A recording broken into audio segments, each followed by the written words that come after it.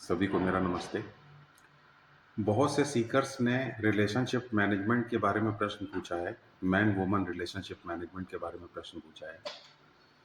इससे पहले कि हम लोग रिलेशनशिप मैनेजमेंट के बारे में बात करें, कुछ इम्पॉर्टेंट चीज़ें हैं जिसे हमें समझ लेना चाहिए। अगर हम वो नहीं समझेंगे, तो हो सकता है कि हम बहुत जल्दी ही रिलेशनशिप को लेबल कर दें कि ये रिलेशनशिप टॉक्सिक है।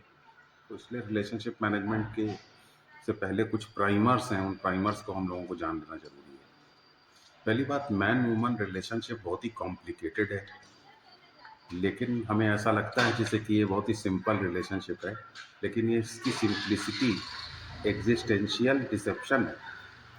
एग्जिस्टेंस के द्वारा क्रिएट किया गया एक धोखा है। एक्चुअली रिलेशनशिप बहुत ही कॉम्प्लिकेटेड है, और इसके कॉम्प्लिकेटेड होने का कारण ये है क्योंकि आदमी कैसे सोचता है इसके बारे में औरत पता नहीं लगा सकती। औरत कैसे सोचती है इसको आदमी कभी पता नहीं लगा सकता। औरत कैसे फील करती है इसे आदमी कभी नहीं पता लगा पाता है। तो दोनों के बीच में एक कम्युनिकेशन गैप होता है। आदमी के दिमाग में क्या चल रहा है इसे औरत कभी पता नहीं लगा पाती। औरत के दिमाग में क्या चल रहा है इसे आदमी कभी नहीं पता लगा पाता है। औरत के क्या डिज़ायर्स, क्या प्रेफरेंसेस, क्या प्रायोरिटीज़ हैं, इसका पता आदमी को नहीं चल पाता है। आदमी के क्या डिज़ायर्स, क्या चॉइसेस, क्या प्रेफरेंसेस हैं, इसका पता औरत को कभी नहीं चल पाता। एक औरत आदमी का कितना ज़्यादा इंतज़ार कर सकती है, इसका पता आदमी कभी नहीं लगा सकता। और इससे भी ज़्यादा पैराडॉक्सिकल बात तो तब हो जाती है जब औरत इतने लंबे समय से इंतज़ार करने के बाद आदमी से ये कहे कि मैंने तुम्हारा कभी इंतज़ार नहीं किया, मुझे तुमसे कोई मतलब नहीं। और आदमी रिलेशनशिप को चलाने के लिए कितना सेल्फलेस हो सकता है, इस बात का औरत कभी अंदाज़ा नहीं लगा सकती।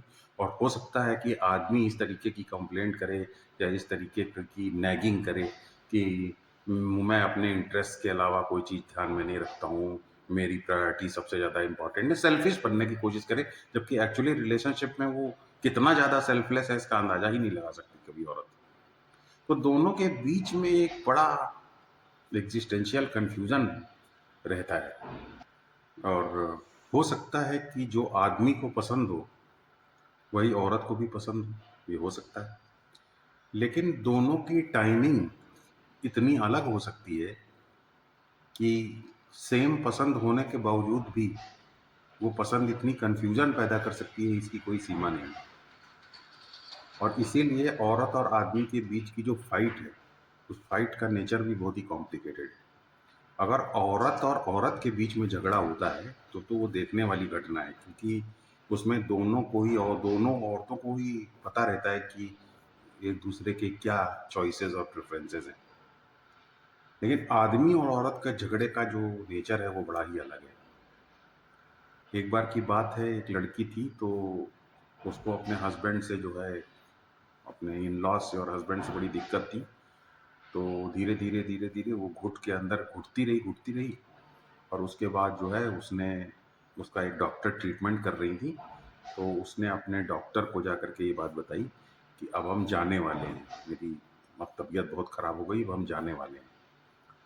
तो वो जो लेडी डॉक्टर थी जिसने उसको बताया, वो एक फिजिशियन थी। तो उन डॉक्टर ने जो है उसके हस्बैंड को बुलाया और कहा कि आप मुझसे मिलिए।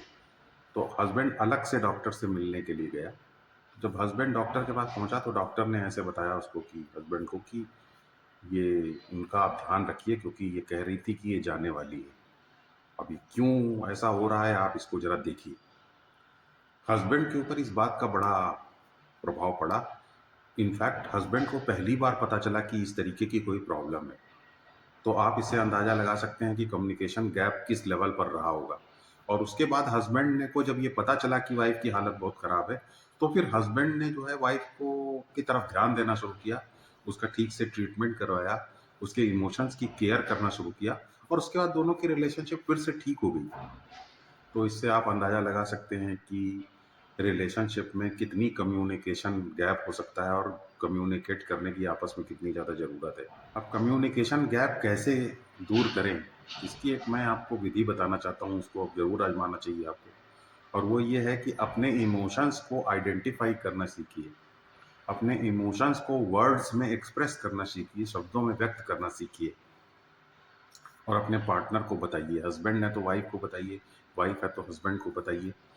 तो जब आप अपने इमोशंस को एक्सप्रेस करना सीख जाएंगे, उनको आप ठीक से पिक्चर करना सीख सीख जाएंगे, शब्दों में ठीक से उनको ठीक से पहचानेंगे और शब्दों में ठीक से एक्सप्रेस करना जब सीख जाएंगे, तो फिर आपका पार्टनर जो है वो समझ पाएगा कि आपकी मेंटल स्टेट कैसी है।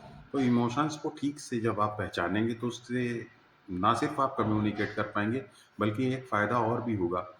वो ये है कि जब हम अपने इमोशंस को ठीक से विविडली पहचान पाते हैं, उनकी डेप्थ, उसकी इंटेंसिटी, उसके अंदर की वेरिएंस, वैरायटी, इन सब चीज़ों को ध्यान में रख करके हम जब इसको पहचान पाते हैं, जैसे हमें गुस्सा आ रहा है लेकिन साथ ही साथ गिल्ट और एंग्जाइटी भी है, तो गुस्सा, गिल्ट, एंग्जाइटी तीनों को एक साथ अगर हम पहचान पाते हैं और पहचान करके हम व्यक्त कर पाते हैं कि देखो भाई इस तरीके का हम इमोशन महसूस कर रहे हैं इस परिस्थिति में, तो दूसरा हमारी थोड़ी सिचुएशन का अंदाजा लगा पाता है और हम कम्युनिकेट कर पाते हैं। और साथ ही साथ जब हम बहुत ही ठीक से क्लियरली अपने इमोशंस को शब्दों में बांध पाते हैं, पहचान पाते हैं, तो इस पहचानने की वजह से हमारे इमोशंस का असर भी हमारे ऊपर कम हो जाता है।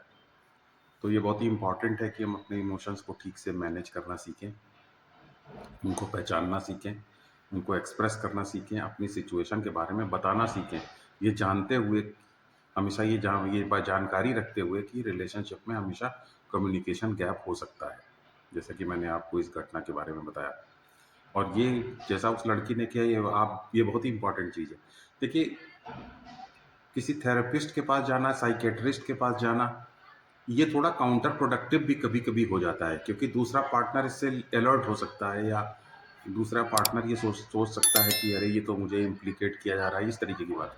लेकिन एक न्यूट्रल पार्टी जैसे कि एक फिजिशियन है, सिंपल डॉक्टर या कोई और घर का बड़ा है, उसके माध्यम से अगर बात को एक्सप्रेस करवाया जाए या उसको कॉन्फिडेंस में लेके उससे बात को कन्वे कराया जाए, तो ये ईजिली एक्सप्रेस किया जा सकता है और प्रॉब्लम को कन्वे किया जा सकता है। तो सबसे पहले तो व्यक्ति को ये चाहिए कि वो अपने इमोशंस को आइडेंटिफाई करके ठीक से पार्टनर को बताए, और अगर ऐसा नहीं कर सकता तो किसी थर्ड पार्टी को, जैसा कि उस लड़की ने डॉक्टर से किया, उसी तरह से डॉक्टर को आप भी कर सकते हैं, या किसी भी एल्डरली व्यक्ति को आप यूज़ कर सकते हैं, उसकी अपनी प्रॉब्लम बता सकते हैं, ताकि वो आपके पार्टनर को ठीक से उसको कॉन्फिडेंस में लेकर के उसको एक्सप्रेस कर सके, और इस तरीके से आपकी प्रॉब्लम वहाँ तक पहुँच जाए ताकि आपको सीरियसली ले सके और आपकी प्रॉब्लम के ऊपर अलार्म हो सके, अलर्ट हो सके, ताकि रिलेशनशिप को ठीक रास्ते पर लाया जा सके। फिर कुछ चीज़ें हैं जैसे कि थोड़ा रिलीजियस इन्फ्लुएंस भी होना ज़रूरी है। सबको चाहिए कि वो थोड़ा रामचरितमानस वगैरह पढ़ें। भगवान राम ने किस बुरी परिस्थिति में कैसे उन्होंने एक्ट किया था वो हम याद रखें, तो उससे हमें बल मिलता है। फिर जाप करें, भगवान के नाम का जाप करते हैं जब हम, तो जाप करने से उसकी विधि मैंने डिस्क्रिप्शन बॉक्स में लिंक दिया हुआ है। उसको जब हम करते हैं तो हमारे नेगेटिव थॉट्स रुक जाते हैं, नेगेटिव थॉट्स रुक जाते हैं तो नेगेटिव इमोशंस प्रोड्यूस नहीं होते हैं, तो उसी बुरी परिस्थिति में हम अच्छा महसूस करते हैं। और जब हम अच्छा महसूस करते हैं तो हम अच्छी चॉइसेस, अच्छे प्रेफरेंसेस की तरफ ध्यान दे पाते हैं। फिर अगली चीज़ ये है कि मैं ये कहूँगा कि ज़्यादा भाई आप रिलेशनशिप में कंडीशंस मत लगाइए, क्योंकि हम कंडीशंस भी रिलेशनशिप में क्यों लगाते हैं? कंडीशंस हम इसलिए लगाते हैं क्योंकि हमें ऐसा लगता है कि हमारी स्वतंत्रता प्रभावित हो रही है। लेकिन क्या हमने कभी वास्तविक रूप से ऑब्जर्व किया है कि क्या हम स्वतंत्र हैं? हम अपनी इच्छाओं को तो नियंत्रित कर नहीं सकते, हमारे पास कोई विल पावर नहीं है, हमारा अपने थॉट्स के ऊपर कोई कंट्रोल नहीं है, हमारे इमोशंस के ऊपर कोई कंट्रोल नहीं है, हम अपनी कौन-सी परिस्थितियों में हम रहेंगे इसके ऊपर हमारा कोई नियंत्रण नहीं है, आगे आने वाले भविष्य के ऊपर हमारा कोई नियंत्रण नहीं। तो किसी चीज़ के ऊपर हमारा नियंत्रण ही नहीं है, अपने स्वभाव के ऊपर हमारा नियंत्रण नहीं है, अपने व्यवहार के ऊपर हमारा नियंत्रण नहीं है। जब किसी चीज़ के ऊपर हमारा नियंत्रण ही नहीं है तो हम स्वतंत्र कहाँ हैं? और जब हम स्वतंत्र नहीं हैं, तो इससे क्या फ़र्क पड़ता है कि हम दूसरे के लिए एडजस्ट करने में हमारी स्वतंत्रता प्रभावित हो रही है कि नहीं?